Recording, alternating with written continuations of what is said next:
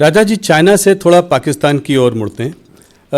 अभी कल ही जो है गार्डियन, फॉरेन पब्लिकेशन है गार्डियन, उसमें एक आर्टिकल आया है। उसमें कहा है, उस आर्टिकल ने कहा है कि जो है भारत ने पाकिस्तान की धरती में 20 लोगों को, 20 इंडिविजुअल्स को, टेररिस्ट को जो है पिछले कुछ सालों में मारा है, उन्हीं की धरती में जाके मारा है। और जो है इस पर तमाम क्या कहते हैं, उन्होंने बहुत रिसर्च की है, बहुत लोगों से बात की है। ये पहले हम लोगों के बारे में कनाडा में भी बोला गया, यूएस में भी ये चर्चा हुई पहले, पर पाकिस्तान की ये नई चर्चा है, 20 लोग। तो इसको आप कैसे देखते हैं कि ये क्या, उस आर्टिकल में ये भी कहा है कि जो है भारत जो है केजीबी और मोसाद से जो है काफ़ी इन्फ्लुएंस्ड है, तो उनकी भी जो इंटेलिजेंस एजेंसी है, रॉ वगैरह, इस तरीके का काम कर रही हैं। कोई स्लीपर सेल है यूएई में, उसने जो है इसमें उसका रोल रहा है। और 20 लोगों को, मतलब एक आध लोग नहीं, 20 टेररिस्ट को जो है हमने कुछ सालों में मारा है। 20 टेररिस्ट को मारा है? हाँ जी, मतलब टेररिस्ट कह लीजिए, लोगों कह लीजिए, पर वहाँ उनकी धरती में मारा है। कोई भी टेररिस्ट हमारे पड़ोसी देश से यदि भारत को डिस्टर्ब करने की कोशिश करेगा जी, यहां पर यदि आतंकवादी हरकतें करेगा तो उसका मुंह तोड़ जवाब देंगे। यदि वो भगकर पाकिस्तान में जाएगा तो पाकिस्तान में घुस कर मारेंगे। तो ये बात आप मतलब कह रहे हैं, जो प्रधानमंत्री भी कह रहे हैं कि अब वो भारत नहीं रहा जो कि बगल में खड़े होकर तमाशा देखता रहेगा, घर में घुस कर मारेगा। बिल्कुल, प्रधानमंत्री जी ने जो कहा है बिल्कुल सच कहा है, और यह ताकत है भारत की, और पाकिस्तान भी इसे समझने लगा है। वैसे भारत बराबर अपने पड़ोसी देशों के साथ अच्छे रिश्ते बनाकर रखना चाहता है, चाहे कोई भी हमारा पड़ोसी देश है। और आज देखा होगा आपने, पास्ट हिस्ट्री उठाकर देखिए कि आज तक न तो हमने दुनिया के किसी देश पर कभी आक्रमण किया है, अथवा आक्रमण की कोई पहल की हो, कभी नहीं किया, और न तो दुनिया के किसी देश की 1 इंच जमीन पर हम लोगों ने कभी कब्जा करने की कोशिश की है। यह भारत का चरित्र रहा है जी। लेकिन भारत को बार बार कोई आंख दिखाएगा, भारत में आकर आतंकवादी गतिविधियों को बढ़ावा कर देने की कोशिश करेगा, तो उसकी खैर नहीं है। नहीं, बहुत बहुत बड़ा स्टेटमेंट है। पाकिस्तान ऑक्यूपाइड कश्मीर पीओके के बारे में भी आपने अक्सर बातें की है। इसका कोई टाइम फ्रेम है? इसको हम लोग कैसे, वहाँ के हिंदू मुसलमान आप लोग कहते हैं कि भारत के ही लोग हैं, तो इसका टाइम फ्रेम क्या है? उसको हम कैसे इस मामले को रिजॉल्व करेंगे? वैसे पाक अधिकृत कश्मीर का जहाँ तक प्रश्न है, वो पहले भी भारत का था, आज ही है और कल भी रहेगा।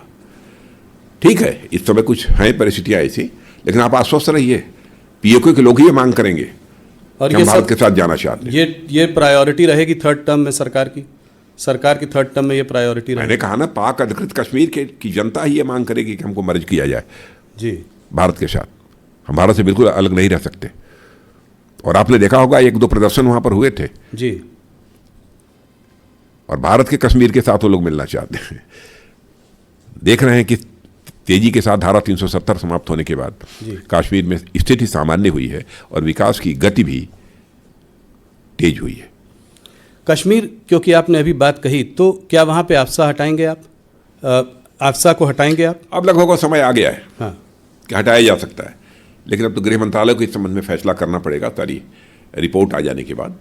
अमित शाह जी ने अभी कहा है कि जो है उसको हटाने की एक वो हो सकती है। वही मैंने कहा ना, परिस्थितियाँ ऐसी बन गई हैं कि आफ्सा हटाया जा सकता है, लेकिन इस संबंध में जो भी निर्णय करना होगा वो गृह मंत्रालय करेगा। थोड़ी सी बात आपके मंत्रालय की भी कर लें। चुनाव का माहौल है तो इस तरह की बातें रह जाती हैं। डिफेंस एक्सपोर्ट्स 20,000 करोड़ से ज़्यादा, ये कैसे हासिल कर पाए आप? आगे का क्या प्लान है? बस दृढ़ इच्छा शक्ति, स्ट्रांग विल पावर, और हमारे प्रधानमंत्री का विजन और उनकी दृढ़ इच्छा शक्ति। उन्होंने कहा हर मामले में भारत आत्मनिर्भर बनना चाहिए। यदि हर मामले में भारत को आत्मनिर्भर बनना है तो उसे रक्षा के मामलों में भी भारत को आत्मनिर्भर बनना चाहिए।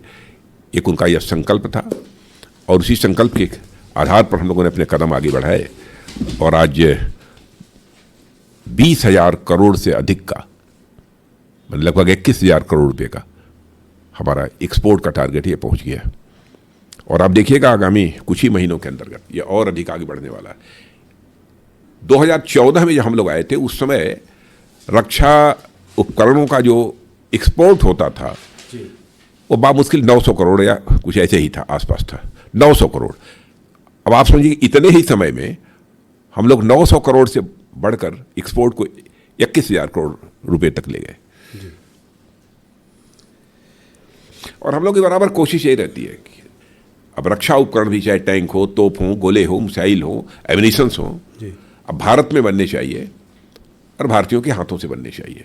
यहाँ तक कि इंजन भी, फाइटर प्लेन के इंजन भी, उसके लिए भी समझौता हम लोगों ने कर लिया है। इस चीज़ में हम लोग कुछ पीछे रह गए, कुछ काम धीमी गति से चल रहा है डीआरडीओ में। यही जैसे चाइना की जो नेवी है, सबमरीन हो, वॉरशिप हो, बहुत बड़ी उनकी जो है वो है। हमारे पास सिर्फ 16 ऑपरेशनल सबमरीन्स हैं।